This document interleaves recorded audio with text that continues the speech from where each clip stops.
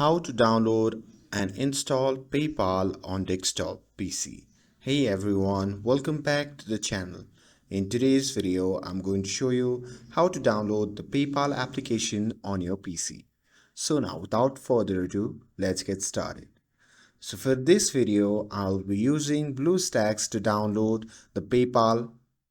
So if you don't have BlueStacks installed, you need to download and install it first.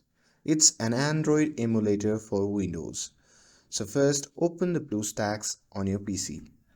And once you have opened it, simply click on the search bar at the top right corner of the screen and type in PayPal and hit enter. And here from the search result, simply find the PayPal app and click on install button next to it. And here, make sure you are connected to a strong and stable internet connection to avoid any interruptions during the download.